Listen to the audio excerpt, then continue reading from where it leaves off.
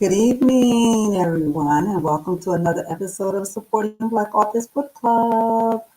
I am your host, Minister Deborah Davis, coming to you live from Facebook and YouTube, as I do every Tuesday night, with an awesome author. And let me tell you, we have a treat for you tonight. Author Sean Ingram is in the house. We're going to be talking about his book tonight, From Poverty to Prison to Prosperity. Yes, that's a lot. So we want to get started. So this is how I want to tell y'all a little bit about him. I'm just going to play a little thing here, a little clip, and then I'm going to bring on our guests.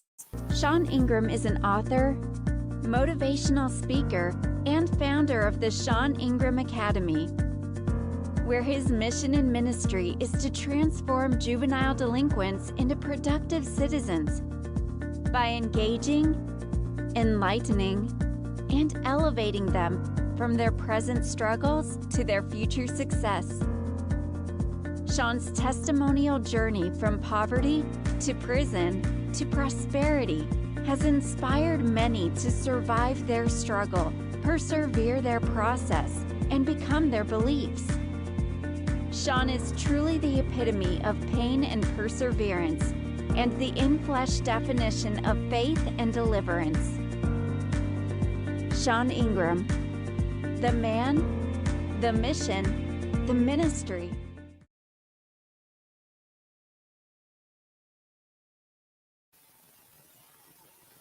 Ladies and gentlemen, listen, it's my honor to introduce to some and present to others author Sean Ingram.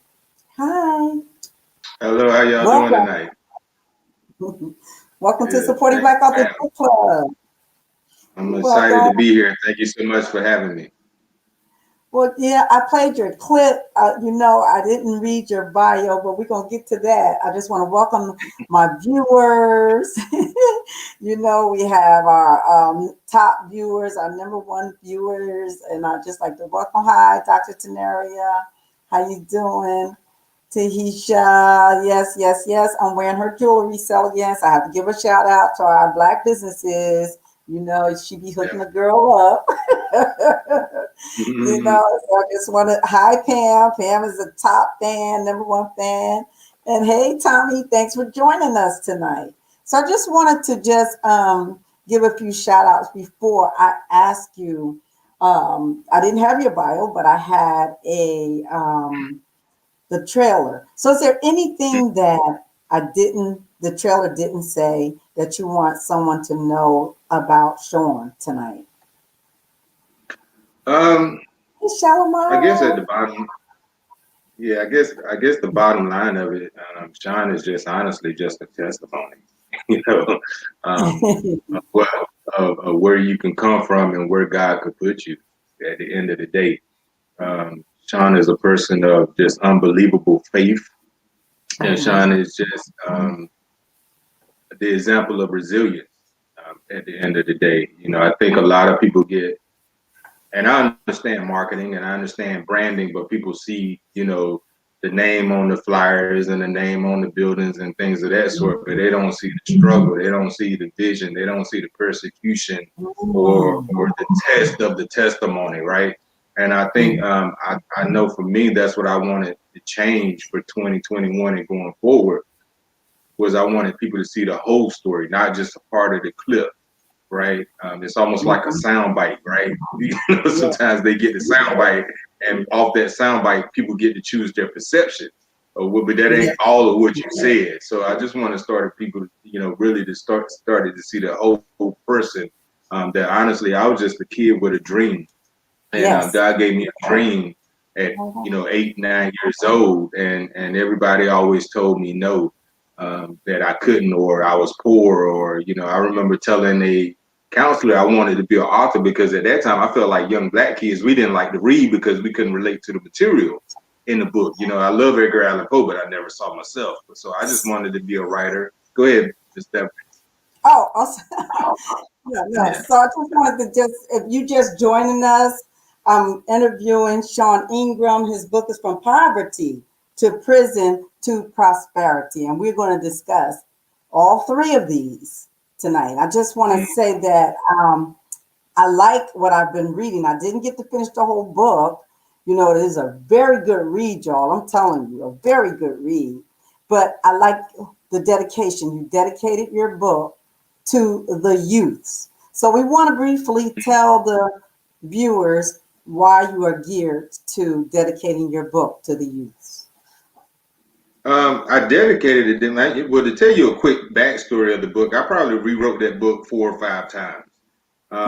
When I first started writing it, this is probably I think my sixth or seventh book that's been published. I've been writing over 20 some years, and I wrote it as a professional, right? As you grow as an intellectual, your mindset grows. And when I first wrote the book, I wrote it as an intellectual, I guess, talking to the audience that I'm normally speaking to as a motivational speaker. And then God was like, nah, that ain't who you talking to though, right? So I went back and rewrote it more in layman's terms, because I just want to. I don't really think our kids really know what persevering your process really is. And I wanted to be an example for our kids to say, hey, you know what? No matter what you come from, no matter what you go through in life, if you just put God first and you keep believing, right? You keep believing, Mhm. anything is possible. So that's what, from poverty to prison to prosperity. A lot of, I was always told what I never could do because I was always poor. And I just want to be a living example to say, you know what, you could do anything, especially, like I said, if God gave it to you, it's going to be what it is, because ain't nobody could stop it if that's what he put in front of you. So that's why I wrote it to our youth, particularly just to inspire them, to motivate them to be all that they truly want to be and desire to be in life. Amen. So you have a phone. There's something going on in your. You turned the volume up on your phone or something. I'm getting No, I feedback. don't, yeah, I don't. Yeah, I don't know why it is a little No, you got feedback, but feedback. I don't have anything. Can you turn your volume down then there? So because the Mhm. feedback is a big distraction, believe me when I tell you. Okay, so we're gonna try to get around. Hey Adeline, how you doing? If you're just joining us, this is Sean Ingram. His book is From Poverty to Prison to Prosperity. So let's talk about the poverty, because we want to touch on each one of these. Y'all, I'm Okay. telling you, this is a good read. So we want to talk briefly a little bit. I mean, we're not going to tell it all. We can't tell it all, and we don't want to tell it all because we want people to buy the book. Okay, Exactly. so I want to say before we touch on each part of your book that I can relate. I don't never leave nobody out there hanging, because I'm not going to sit on my testimony either. And that's why one of the reasons I chose your book, because I can relate. Okay, I Mm. can relate. So, but I want you to tell the viewers in a few words what it is that you feel that the poverty for you was as a young child. Well, basically, we just grew up very poor. I'm outside of Wilson, North Carolina, a little town called Stansburg, down a place called Highway 58. I grew up behind a cornfield with an outhouse until I was 10 years old. I'm only 44 now. So Wow. when you talk about poor, I mean, we were the Let's epitome of go poor. there.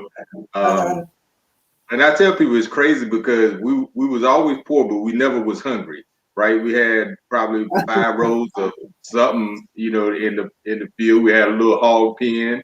Um, but to look back in hindsight, in our little plank house, I would step out on the porch some days and fall through the porch because that's how old the house was. And we lived on Mr. Jones' farm, and my grandmother, and not even understanding that pretty much we was in a sharecropper's world. We was pretty much on a plantation. So, but like I said, not having running water. So like you said, I have a lot of stories that older people have of taking baths on the stove, or going out to the outhouse at night and being afraid in the thunderstorm. So that's how we grew up, but we never grew up without the love, right? Yeah. So there's some things that I wouldn't trade in the world, but there's some values I think that poverty taught me of resilience, and watching grandma work day in and day out to do whatever she had to do to make sure that something was on the table. You know, I can relate. so I can't do some feedback over there. Ooh. Um, let me try to do this without. I can relate to the poverty and to never going hungry. Um, mm, y'all know how you can just make. What do we used to make? Sugar water. We used to, we used to yeah, use. We used to mayonnaise use. sandwiches. Oh yeah, I don't like them too much. Yeah, But I did like the peanut butter and syrup sandwiches. Come on, y'all don't act like y'all don't know what that is. That's right, peanut butter and syrup sandwiches. And some more stuff, that we could conjure up so that we didn't go hungry. People knew how to. Our older people knew how to put stuff together. You know, so I see what you're doing. You're getting something for your headset. But can you hear me? mm. Okay. I Yeah. still hear So you. I just told my daughter to bring yeah, my earbuds and see if that'll help out. I heard you. I heard you. Yeah, that's okay. We're gonna keep on moving. The devil is a liar. So, you say that as I know strange as that. it may sound, as strange as it may sound, I want to touch on this in your book. You said, strange as it may sound, my mother's death inspired me to live. Now I'm dying to live rather than living to die. I pulled that because I have a young lady who wrote a book about her mother, and it's called Living to Die Again, or I'm dying to Mm, live again. Put it in there, Tahisha. You know I'm talking to you because he says now I'm dying to live rather than living to die. Let's touch mhm. on that for a little bit about what it was that you felt about your mother that made you feel that you would rather be living to die than dying to live. My mom suffered from paranoid schizophrenia, um, and with her background, mental depression. I suffer from mental depression, so I know what being suicidal is. I know what, feeling like the whole world is against you and not wanting to be here anymore, right? So Mm-hmm. when she actually passed, it was something that just woke up inside of me and say, you know what?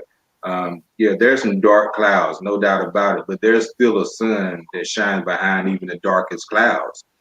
So it just kind of inspired me to say, you know what? I'm not gonna live just to wait to die, right? I'm not Mm-hmm. gonna live just to, the world to fall down around me. I'm gonna live to live. Like, and when my day comes, then at least I can go out and say, you know what? I tried it all. I did it all. I did everything I know to do to live instead of just waiting for death to come and take me away, right? Yes. So and unfortunately, like I just saw that in her. Okay. So you said you started out as an unwanted. I highlighted some stuff in the book that just jumped out to me.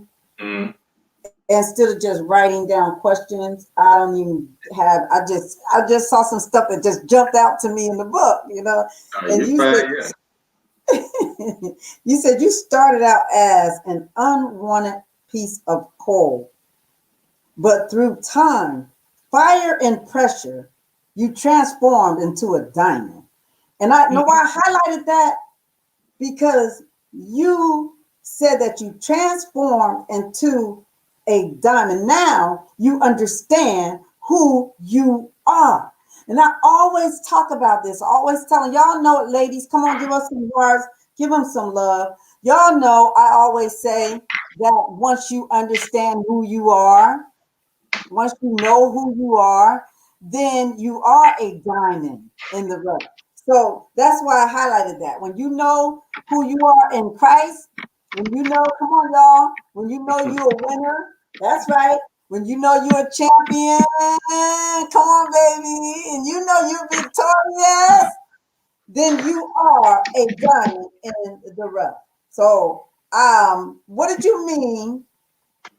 I see y'all, Darlene, Rodney. How y'all doing, Adeline? I see y'all. Y'all, thank y'all for tuning in tonight. I know Sean appreciates it. Definitely, thank you. Got to give him a shout out. So, what did you Why did you view yourself as an unwanted piece of coal? Well, I was that kid that they said would never be anything.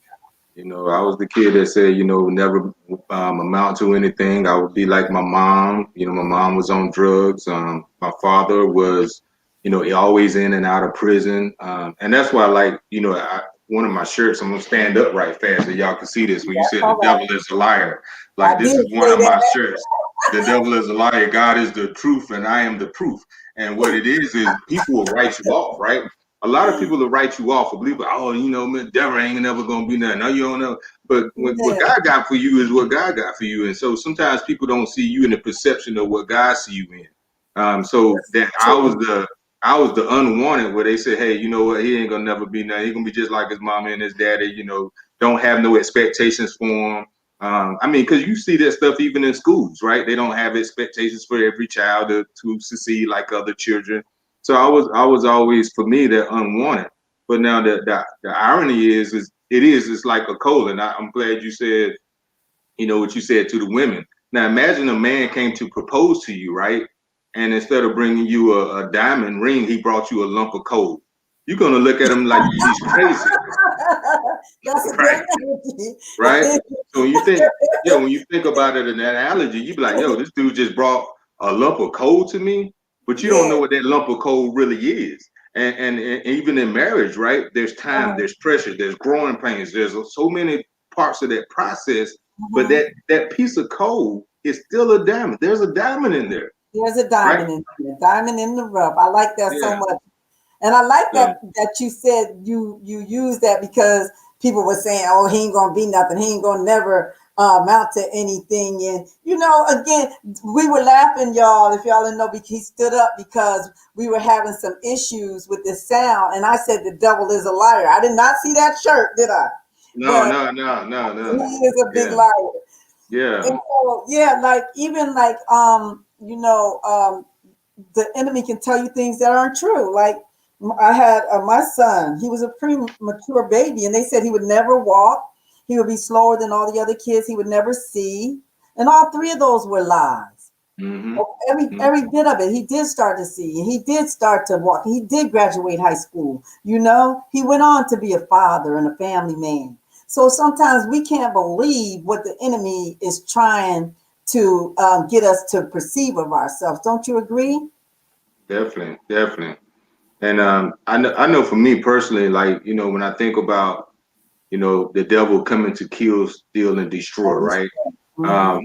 I had to think about it, and I just thought about this a couple of weeks ago. It's like, what do he come to kill, steal, and destroy? And then Mm-hmm. I realized for me, it's me. He Yeah. don't want me to be the Sean Ingram. He don't want me to be the light. He don't want me to be motivation. He don't want me to be inspiration. Because when Uh-huh. I get depressed, I get quiet. I'm not a speaker. I'm not so many things. And I was like, you know what, Sean? That's what the devil wants. He don't want you to inspire these kids. He don't want you to, be doing a book club, inspiring people that they could, succeed. Right. So I had to start really looking at and realizing and recognizing what the devil and who the devil really is and what he really. I thought about a song. I grew up in church and the Sunshine Band, and my aunt used to make me sing this song, "This Little Light of Mine." Right, I'm Oh gonna yeah, let it come on. shine. This This little little light, right? light. Right? Exactly. And I'll I bust hate it. out in a minute. I hate it. I hate it leading that song. But that's the truth. That's what we all supposed to be. We supposed to be the light. Right. The So when we allow the devil to come in and like you said, with those negative thoughts, right, he takes away our light. And that's what the devil wants more than anything. mm-hmm. To take away our life. And I can relate so much. That's why I picked your book, because I can relate to poverty. We're gonna talk about prison because I can relate to that too. I'm not ashamed of my testimony. I'm going to tell it and tell it and keep tell it and tell it and tell it again. You know what I'm saying? So Definitely. definitely, we have to, because the enemy does, his job is to steal, kill, and to destroy. That's Rodney Lewis. Hey, Rodney, I ain't seen you in forever. Old friends, on Facebook. I like to see old friends pop That up. is great. Yeah, that's so good. So I want to talk about a little bit about how when you started going out to different places to try to sell your book, and you didn't have no money. I can relate to that too. You know Oh yeah. Oh yeah. what I'm saying? Uh-huh. Let's tell them a little bit about what you was doing, trying to sleep in cars. You didn't have the money for the hotel, and Oh but you, man. Yeah. I remember, well, the way I first got my book, like I said, I never even saw spoken word until I got to Raleigh. I didn't even know what it was. I thought it was the craziest thing in the world. And mhm, some friends of mine, was doing some spoken word, and it was like, man, you should, because I always been a writer. Like I said, I wrote poems. I just wrote short stories, but I never performed it on the stage. So when they kind of got me into it, we traveling all the time, but we broke at the same time. I'm like, man, we got to do something. Like, nah, right, this starving artist thing ain't cool, right? So I was like, man, I'm gonna put me a book together because everybody had CDs, and I was like, I'm gonna put me a book together, and then that way, we can make some extra money. But I just didn't know how to do it. So I remember working at Sears Automotive, and I went to one of them. Remember they had them cash advance places where you can get a cash advance on your next check. And if if you didn't pay it back, you were pretty much gonna lose your check. Yeah, this is back in like I think I 1998, remember those. 99. Yeah. Yeah, they had a cash advance place in Raleigh, and I was like, you know what? It's all or nothing. I'm gonna just put it into the book, and I took a check or two, and I put it in, and got my little cash advance. I was getting them printed at Kinko's, so I think each book was probably almost $20. So I probably only profited $3. Well, But it's something how it's something how authors, we got to let them understand, especially new authors, and you going out and you think you're going to sell all these books, and you trying to sell books so you can pay for the hotel, all that, right? I just started thinking about, I seen the flyer and stuff, all this promotion about come here, you can promote yeah, your book, and got up there to Newark, and it was an outside bookstore, and I was on the street. And then I went to Philadelphia, and it was this little tiny bookstore like this, and he wanted yeah. half of my book sales. So listen, let them No, know, what do authors first. it is the struggle. Like you said, I don't know. It's a new day now. I don't know if a lot of people have those stories. But no, we beat the pavement. Like we really did. I had 2 weeks to sell these books to make my check back, because either I was gonna lose my check or whatever the case may be. I started just performing. I got an opportunity. I actually won an award, and I remember the award was with the International Society of Poets, and they had a big convention in DC. So that was a problem. How do I get to DC? And I'm broke. I got a couple of books, but I don't have enough. So I finally, I just hit every stage that I knew. I went performing. I'm asking everybody to buy a book. And when I finally got to DC, I didn't have enough to even stay in the hotel. It was a 3-day conference. So I was actually staying in my truck. A lot of people didn't know that. And I'm receiving an award, and I'm staying in my truck. Like you said, just trying to make it work. But it's something inside of me just said, Sean, just keep going, man. There's Yeah. no, there's no, there's no reason that God has brought you to this point with you having these visions and you having these dreams about what you want to do, that he's going to leave you. He's going to fail you. So I just kept persevering and pushing through. Okay, you guys. This is Sean Ingram. His book is From Poverty to Prison to Prosperity. I want you to share this video. Start a watch party. We do want to give him as much exposure as possible. What y'all don't know yet, because we're interviewing him and we can't ask him everything, but y'all can ask some questions. You can put some comments in the comments. You can get some hearts. You can show some love. You can share the video. But what you don't know is when we get to the last part, that prosperity part, you're going to really know who Sean Ingram really is. Okay, so now I want to talk a little bit about how you said on page 25 that you learned to understand that God gave you a vision of your dreams, and that just brought me right to Acts 2:17. In the last days, God said, I will pour out my spirit on all people. Your sons and daughters will prophesy. Your young men will see visions, and your old men will dream dreams. And you were a young man and God gave you a vision, and you said, He gave me the visions of my dreams and the passion of my purpose. And the visions He gave me isn't necessarily for others to see. Yeah, it's like Daniel. I mean, when you think about it, it's like Daniel in the We just Bible. talked about that. Yeah, Yeah. it's like Daniel. Like I said, I was 8 years old when he gave me the visions of. And think about it now, being poor, right, growing up in pretty much a shack, and he's showing me that I'm standing on stages, inspiring masses of people. And Mhm. so even then, I felt like I was a nobody. Like who loves me? Who am I? Right? Who am I? Why me? Like God, you give this guy John. You call John, not Sean. I know you can't have thought it would be me. Like I just wanted to be somebody. So to actually think that I could actually do it. It just wasn't realistic to me. But he kept showing me these visions, and until one day I just started believing in them. And I mean, even sometimes now, I really do. I've just learned to walk by faith. I am the person that a lot of people think I'm smart. I'm an intellectual. I've had grown in knowledge, but at the end of the day, I think I'm just more faithful than a lot of other people. I wake up and say, "All right, God, what is going to be? What we going to do?" He say, "All right, jump in your car, go to DC, and meet a man behind the McDonald's." All right, cool. You know what I Yeah. mean? That's what I've learned to do, right? And then I get there to the McDonald's, and the man introduced me to somebody else. So I just learned to be faithful in the journey. We have a question. I see it. Yeah. No, you see it? So what are something you did to start making money for your books? Um, Mm-hmm.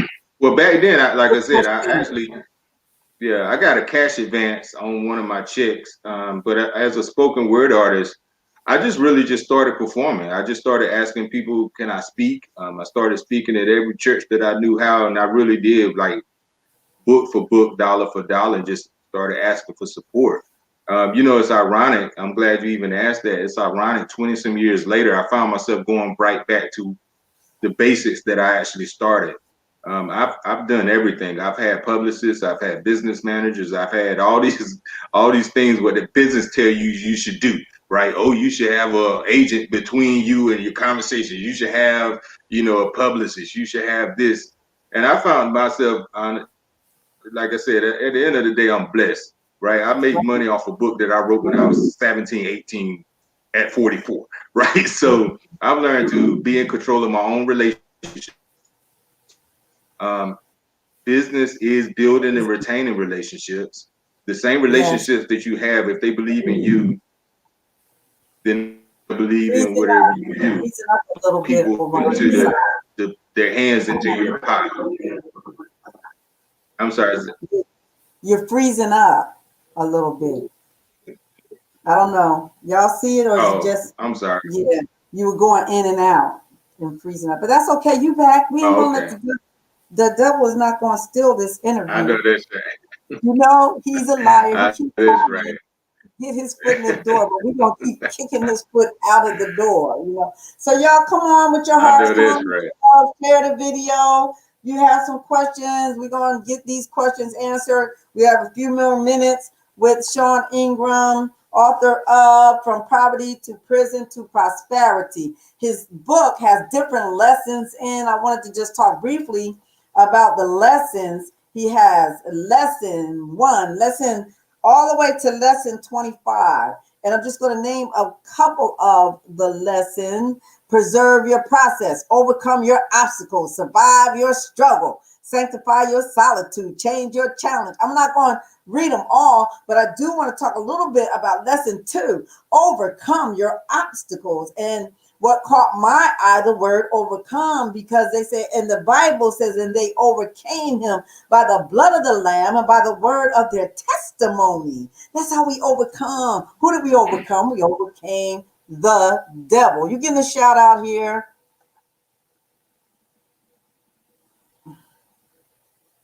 Oh, what's up, brother Billy Roberts? I know that's right.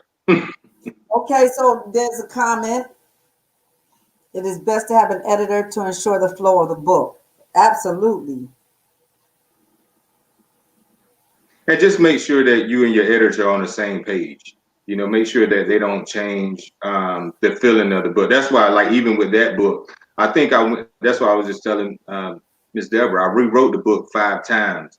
And being that I was talking to you, I went back and chose not to really edit that book because I wanted to make it you feel like you was reading a letter. If you just found the letter that I wrote and you just read it. So I wanted to really talk to my youth as I was sitting down on a corner stoop and just talking to them, one to one. So just as long as you and your editor are on the same page and they don't Yes, take yes. away your feeling of the book more than, making it more professional, then you're fine. Darlene, she says, I'm going to buy one for the house that I run for men coming out of prison and jail. Hey, listen, we're going to have to buy more than one because there's more than one man coming out of the prison and the jail. So, right? Yeah, You got to get a couple. You have to get a couple, yeah. Darlene. Now, yeah, because the true blessing that I do have, like a lot of times, especially like we detention centers or prisons, they always say, "Hey, leave one for the library," but then they always say, "Man, that book got gone, man," or "Some guy done took the book. We can't even find the book." So, And because I too have taken my book in the jail. Let's talk about jail. But before we get to that, we want to just say that lesson 2, the overcoming your obstacles, that we have to be faithful and committed to God. And we have to by declaring, talking about his goodness in our lives. And no matter what it is that we're going through, no matter the trial, no matter the test or the tribulation, we still have to overcome the enemy. We have to overcome the devil, and we have to still talk about God's goodness and his goodness in our life. And then one of the things that we can say for sure today, that he is good, we're still standing and we're still alive, so we're still standing and we're still alive. Yes. So we want to talk a little bit about, because listen, y'all know the show's supposed to be 30 minutes and never works, because why? We have them authors that have these good stories, these good books. Come on, y'all, give us some hearts. I like this. He goes, Joey, yes, yes, yes. Likes, some hearts, y'all. Come on, come on. We're gonna talk about prison. Don't y'all leave now, because I want y'all to be honest. We're gonna have a truth serum right here. So if anybody has experience one day in jail, come on, put a heart up there, put a like up there. all right. Put a hand up there. Amen. All right. I can put some up there. Boom, boom, boom, boom, boom, boom. Listen, I told you, I'm not going to leave you hanging out here alone by yourself. I'm true to my testimony. God is too good to me not to be true to my testimony. But this is your story. So you're going to tell them about how you ended up in prison and the time you did. And how was that experience? Well, I went to prison for armed robbery, and truthfully, I just gave up. I mean, I really gave up on life. At that point in time, I was just so low with my mindset. I was so low with I was tired. I was tired of trying. I was tired of being in the streets. I was just tired of, fighting. I was tired. So I made decisions that it was almost like suicide in a sense without killing myself. Right. I just started making decisions that would say, hey, you know what? I wanted somebody else to kill me, or I was just tired. And that's what I think a lot of people don't understand when they start judging people. They don't know the backstory of the why, right? People look at me now, but they don't know when I was sleeping in my car with $5 to my life and not knowing was I going to put it in my car to get to work or if I was going to put it in my belly. So when you get tired of a struggle, and that's what really overcoming your obstacles for me is about. It's not even about. It showed me the difference between believing in God and trusting in God, right? I've always believed in God, but the question was, did I trust in God, right? I had lost my trust in God at that point to say, hey, he's not going to work it out. He's not going to make a way for me. And I do feel all alone. So I went for armed robbery. And now the ironic thing about it for me, and this is just my personal testimony, and this is looking at hindsight, of course, right? Prison was the best thing that ever happened in my life. because he really knocked me down, put me in a place of solitude, say, look, let me talk to you, boy. Let me let you know what's really, really going on.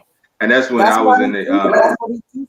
I'm sorry, but that's what he do no, sometimes. That he wants to put us in a place where he can get our attention, yeah, and yeah, my undivided attention. and you sure had mine. So he wants to put us in a place where he can get our attention. Because he was like, now, do I have your attention now? Do I have your attention now? You know, like, Yeah, yeah, you got my attention, you know. yeah, So it's an excellent experience, and people don't know, and a lot of times people find God, and that's what they say, oh yeah, you're gonna find God now, you in prison. But then now you can hear him more. You can yeah, hear from him yeah. more. Right? When you agree, you can hear from God more. So Well, ironically for me, when I first got to prison, for some reason they lost my paperwork. I had to self-surrender. now So for there the first 30 days, I had to stay in the hole. And oh, that's when he really like, yeah, started like, I mean, oh, I'm going crazy. I'm watching the been there sunrise, and there is too sunset, long. and yeah, so like, yeah, right. So it was really just me, and I had all these thoughts, and that's what I remember really like asking God to be like, God, look, man, I done tried everything. My mom had just passed right before I went to prison. So I was just going through a lot mentally and emotionally, and I said, God, what you want from me, man? Like I tried to do it the right way. I did church. I did this. I did like what you want. And for me, just as clear as day, he said, look, I gave you every gift and talent that you ever needed, but you never did it for me. And I was like, what you mean? Like what? He's like, tell him how I saved you. And I was like, how you save me? Like, I'm locked up now, mama gone. Like there's so much. And he said, but everything I brought you, everything that you've been through, I brought you through. And that's what I want you to do is go back and be the light and help lead others out of the dark. So I made a deal with him. Second time you mentioned about that dark. I'm sorry, Mm-hmm. I can relate. You know what I'm saying? Because I can think back and I can remember when that's where I wanted to be in the dark. The light was too much for me. Mm-hmm. Yeah. I think I said this before. Like we be in the clubs back in the day, not now, y'all.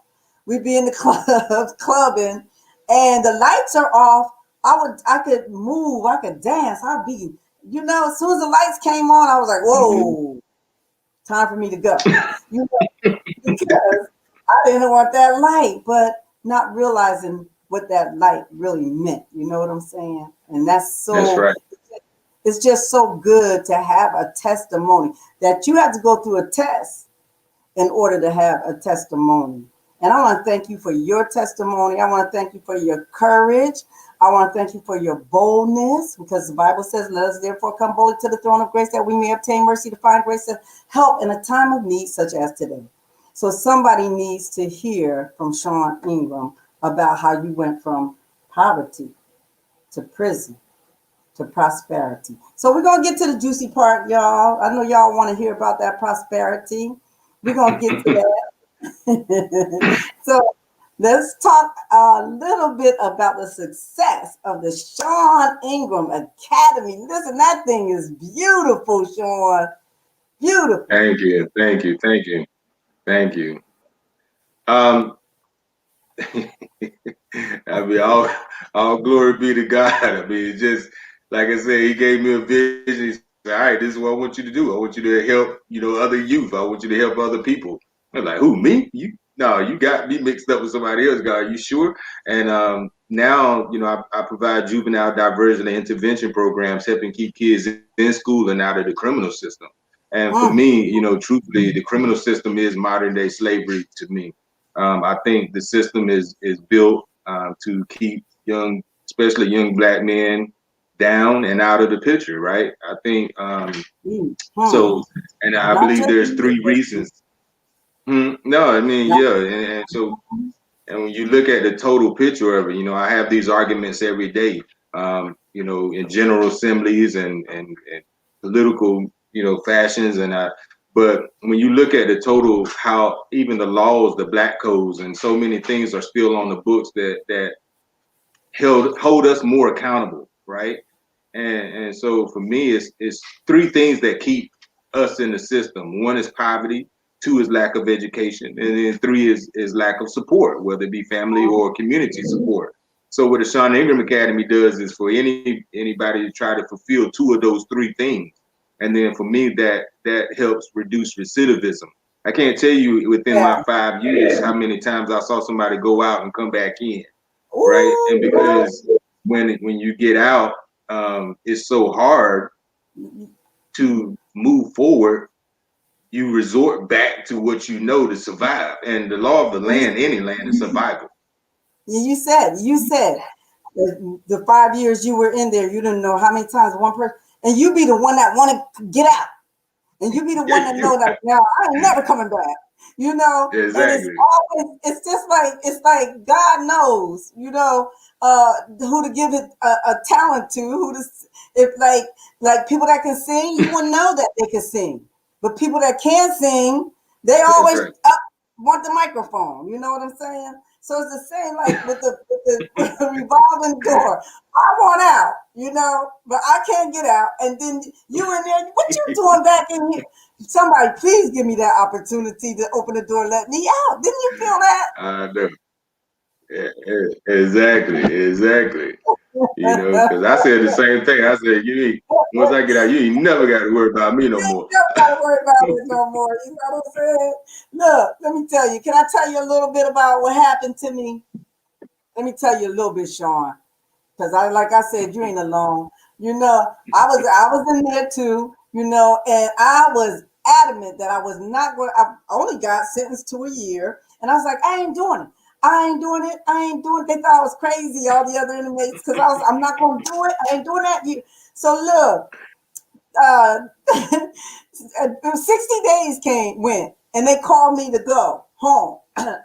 Look, 60 days, because I said it through the whole 60 days. I ain't doing it.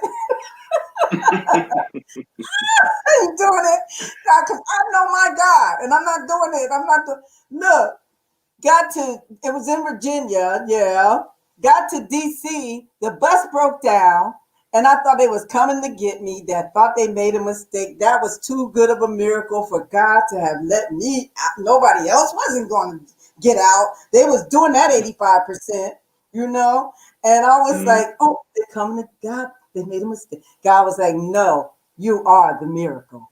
You are the miracle. Mm. It's awesome. Amazon made it that I got 2 books. Go ahead, Darlene. She just ordered. That's what we do. Come on, y'all. This is supporting Black Authors Book Club. I had to just throw that in there. I want my Sean to feel comfortable. Let him know he ain't the only one that been from poverty to prison, okay, to prosperity. Come I know on. that's right. No, and that's what it is. I think, especially in the Black community, it's a shameful thing and it's a taboo, right? Like mental health is a taboo. To say you've been through some things, to say that you had to overcome some obstacles, and what it does is it makes people dim their light. It makes people ashamed of themselves. It makes people know it's like, no, I got problems. Like I still got problems, right? But at the same time, that's not going to stop me from moving forward. That's not going to stop me from being who I feel like God has allowed me to be. So my resilience and like you said, and that's what I'm really learning, right? The greater the greater the testimony, right? So I want, like I said, I want when people look at me to be like, yeah, I got some problems too, but if Big Homie could do it, I know I could do it at the same time.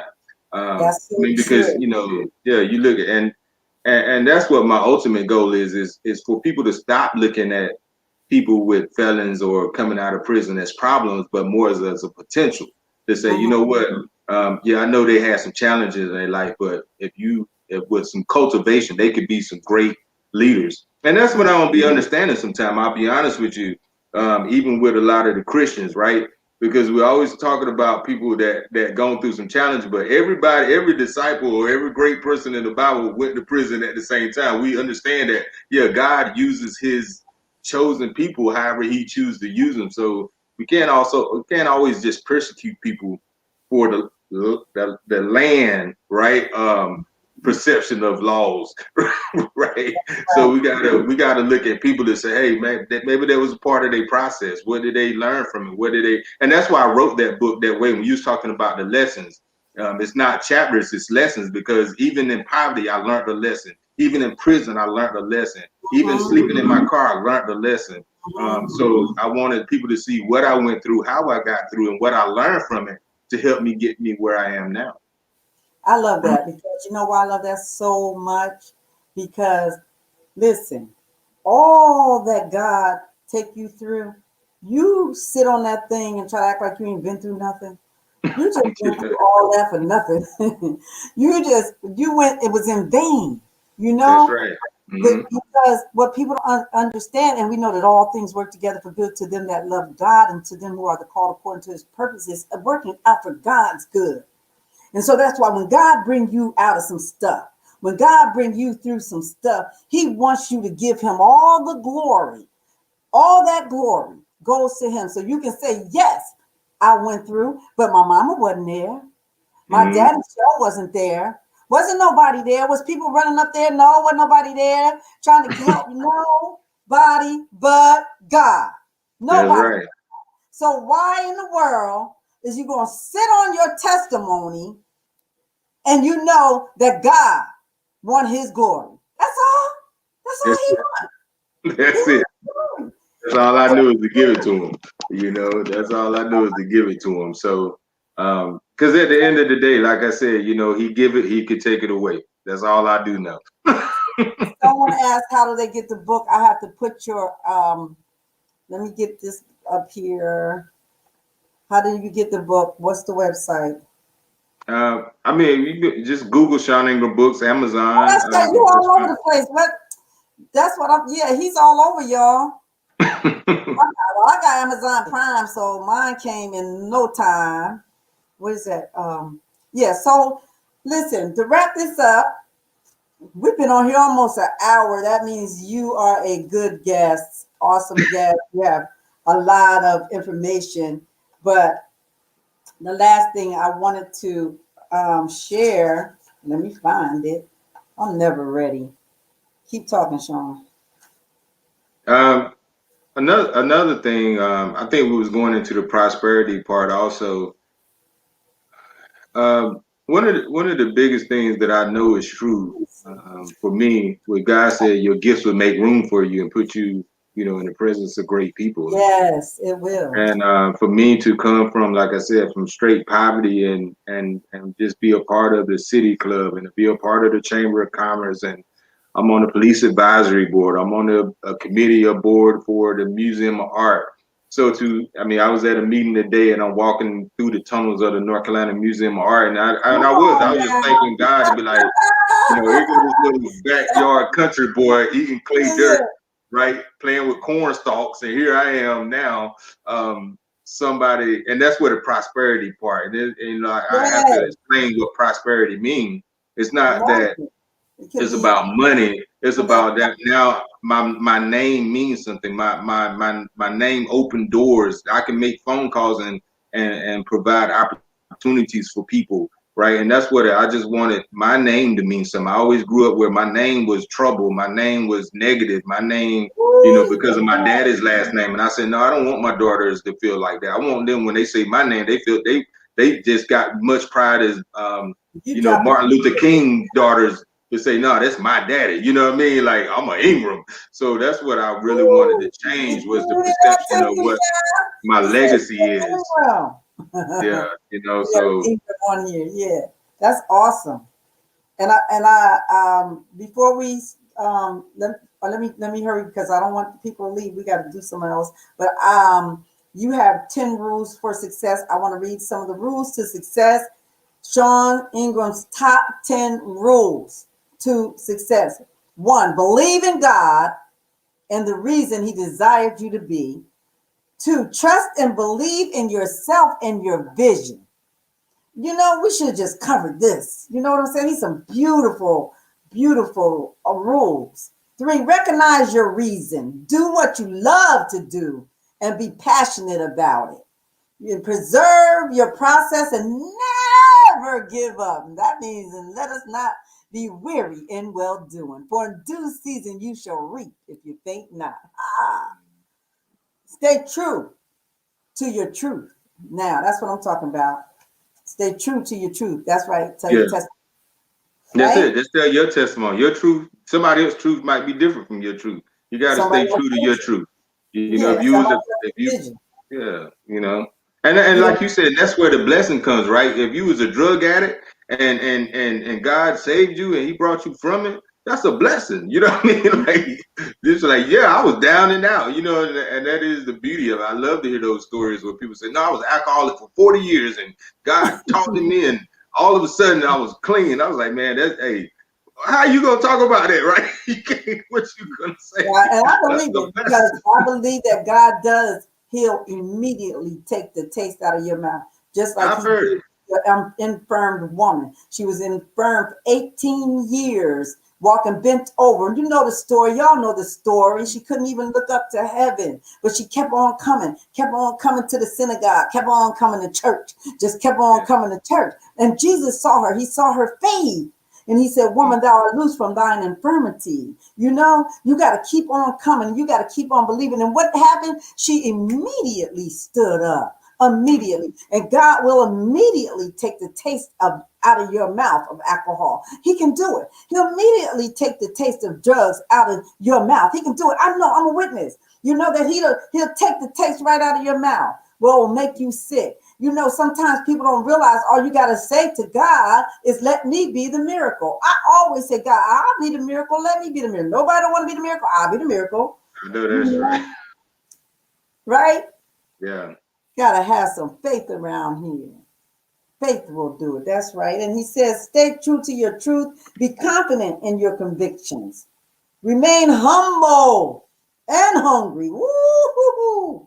Stay emotionally connected to your dreams and goals. And 10 is never allow your ignorance to eclipse your intelligence.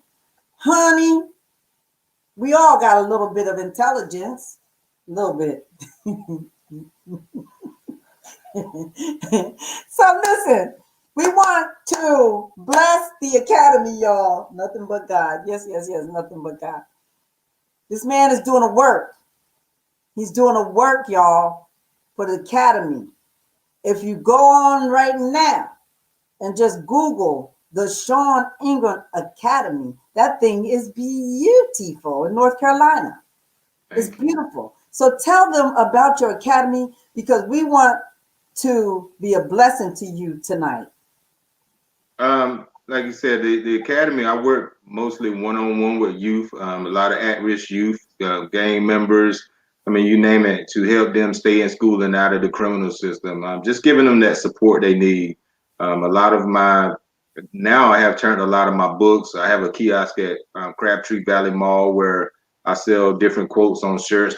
What you saw with me on was actually I one of my see. quotes. Mm-hmm. And that's just fundraising because kids really need us. I don't think people know the severity of youth, how many homeless youth that we have, how many youth that we. I mean, I just tell you a quick story. I had a youth that was his mama had left. He was 15 years old and he's still coming to school.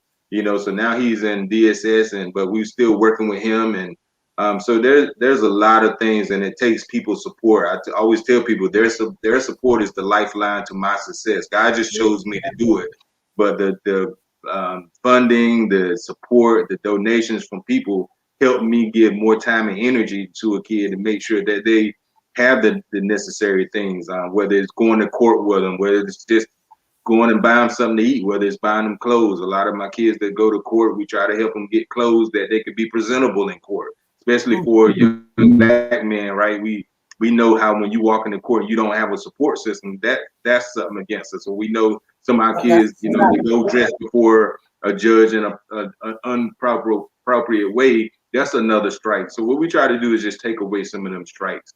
Um, and it is, and like I tell people, they could just simply donate or cash out the Sean Ingram Academy. I was trying to put it in, yeah, I was trying to put it in the what you call, but I don't see. No, there it is. The Sean Ingram Academy. Dollar There you sign go. the Yep. Sean Ingram Academy. Yeah, Y'all, if you just cash out, but every, I mean, truly, every donation makes a difference. And my biggest thing is what I always tell people. I'm a person of numbers, right? It's about collective economics for me. You know, I never been one to ask one for 1,000. I'd rather ask 1,000 for one because you know it's Mm. about. I want people. I don't want people to donate just for the sake of saying they donate. I want people to That's donate right. because they know the need of making a difference. I want to create a safer and a more prosperous tomorrow for our youth and our community. I'm just tired of seeing our kids keep getting trapped inside this, like I said, this mental slavery and this, it, I feel like I said, if we could just help our youth, right? If we could just help our youth, then one day my They daughter are don't have to worry the about future. The her children are the bicycle. future. That's right. You know, we Mm-hmm. just got to pay it forward in a sense. A lot of the slaves, they was running. They weren't just running for themselves. They was running so their children could have a better future. So I Mm-hmm. feel like, but it's up to us. And I'll be honest with you. I feel like a lot of the times us elders, we have dropped the ball for our youth. A lot of the times we talk about our youth, we blame a lot on our youth, but at the same time, we wasn't there to really guide them and really show them the way or be an example for them at the same time. So, you know, a lot of people quick to talk about them, but are they really quick to help them? You know, I remember when I was growing up, I always had a man, you know, an elder in my life willing to fuss and cuss me out to tell me what was right and wrong. But now it's like everybody want to leave the youth alone. We don't got time, you know, so that's why it's getting worse and worse. And, you know, you Yeah. got young girls that can't even cook. You got young girls that don't even know how to dress appropriately. But that's coming from us. That's not them. You can't, like you said, ignorance is ignorance. You can't, And it's ignorance because can't teach. our environment. Mm-hmm. We have to break that curse, that generational curse of that product of our environment. I think I heard you say that your grandfather went to prison, your father went to prison. I think you said your great grandfather went to Mm-hmm. prison, Yeah, and and you when I said think that about that generation, yeah, hmm you wanted to break that cycle. that's And right. after You know, you wanted to make sure that nothing up underneath of you was going to that's prison. right. That's right. So You know, I heard that. I read that. I read this book, the majority of this book, and this book is good. This is a good read, From Poverty to Prison to Prosperity with Sean Ingram. We want to bless the Academy. Y'all know what we do. This is supporting Black Authors Book Club. We support our Black authors. Don't drop off. Don't leave now that it's offering time. Y'all know what we do. We want to support. And we're sowing a seed. We're sowing a seed into our youth. Come on, get some hearts, get some love. Please, if you're going to sow, put it in the comments. I'm sowing a seed. I am sowing a seed because we want to be a blessing to the Sean Ingram Academy. You know, I think I found you on Facebook and you had inboxed me for a seed, I think. Yeah. hmm And I yeah, no hesitation. Look, the Sean Ingram Academy. That speaks for itself. You know that you're doing a good job. You're doing a good thank job you. in your community. We're gonna come down there as soon as this thing over with. You I know know, that's right. coming to the Definitely let me Sean know. Ingram Academy. You know, so I Yeah. just want to thank you, y'all. Listen, make the Cash App sing tonight. Do it. Just do it. Don't think about it. Just do it. I just want to tell you, God will give that thing back. He will give it back triple. I just want to say, I sowed a seed, just not thinking about it today. Boom. An hour later, God tripled that thing, just from like that. So I just want y'all to know when you sow into God's people, and He is a man of God, this man, Sean Ingram, God will triple that thing back. He loves a cheerful giver. And I know that He's purposed something in your heart today to give. So I want to thank you, Sean, for coming on supporting Black Authors Book Club. You know, it started a little rough with the volume and stuff, but that's all No, right. We defeated no, the devil. We no. That's defeated, how you do. yeah, Yeah, Satan is defeated, right? So what I that's want to right. do is I want to leave you with what do you want out of this interview the viewers to take away the most tonight? Um, like I said, trust. I think that's my word for this year is trust. God has been teaching me to trust. He will put you in positions uh, that you won't have no choice but to trust Him, right? Mm, And I know I've been going through this year, and He's putting me in some positions to say, you know what? Either you're gonna trust me or you're gonna learn to trust me. So trust. Like I tell people all the time, those are my top three things. I'm not sure about everything, but it's three things that I believe in wholeheartedly, without doubt. First and foremost, I believe in God. Secondly, I believe in Sean Ingram, and then thirdly, I believe in the gifts and talents that God gave Sean Ingram to succeed. So yeah, believe and trust. Believe in God, trust in God, believe in yourself, and trust in yourself. Don't let other people negativity, uh, deter your positivity. Don't let other people perceptions let you view yourself in a negative perception. Just continue to believe and trust.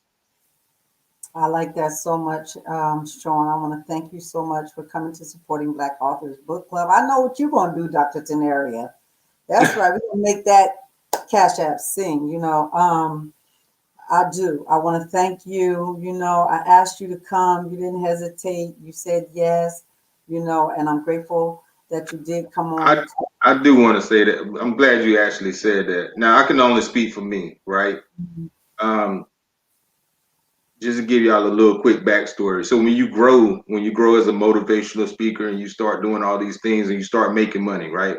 And sometimes God tell you to go, right? And like I said, don't let business get in before your blessing. That's what I really want to say. Don't let business get before your blessing, right? Mm-hmm. We'll put other people in place to manage our affairs and do everything, but God said go.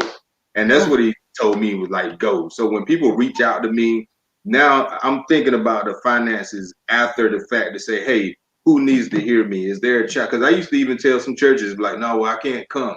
But then I had to think about it. It's not about the church, it's about the kids, or it's about this, or it's about that. And that's where that trust comes in, because if God sent that phone call, and trust me, you're not going to get paid every time, or it's not going to work out the way you planned it on. But I'm glad what you said, because God is always going to take care. God is always going to provide. I have gone places and the check wasn't there, and then somebody said, hey, we want you to come speak, and it have been for double to what that trip was plus what I thought someone else was going to be. So being obedient to God, like you said, the vision and the message that he give you. Me going a lot of them places dead broke without nothing, I was just obedient. At the end of the day, I had faith and I trusted, because like I said, I knew this was his journey, not mine. Right. So if he tell you to go, I'm be honest with you, make a way, figure it out, go pawn something, go whatever you got to do to get from A to B where he telling you to go.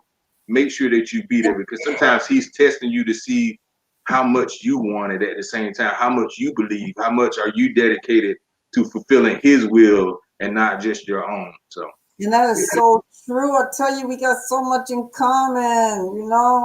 I mean, I was called to go to Stone Mountain, Georgia. Went down there. I think it was 5 people in the whole church.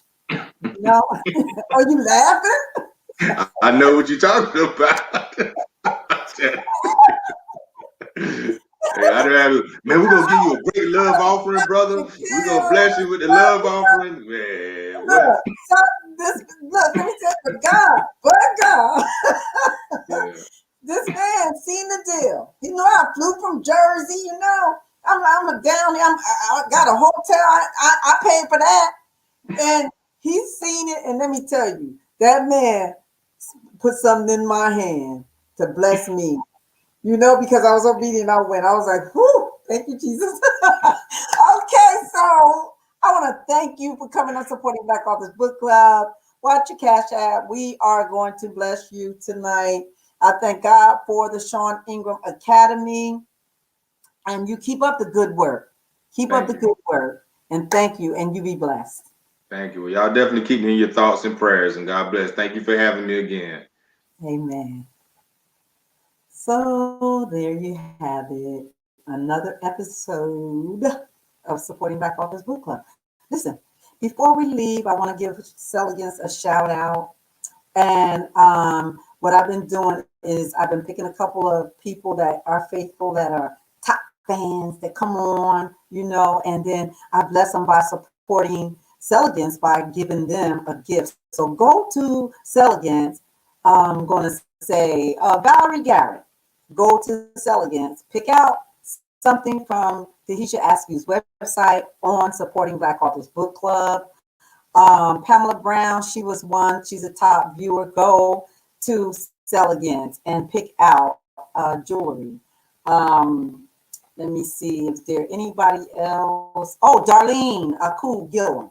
Go to Seligans, pick out something off of her website. So Supporting Black Authors Book Club can buy it for you and will help out our Black business as well. And while you're at it, make sure you buy this book. We want to make this a #1 bestseller. If we buy his book, From Poverty to Prison to Prosperity, make sure you get this book.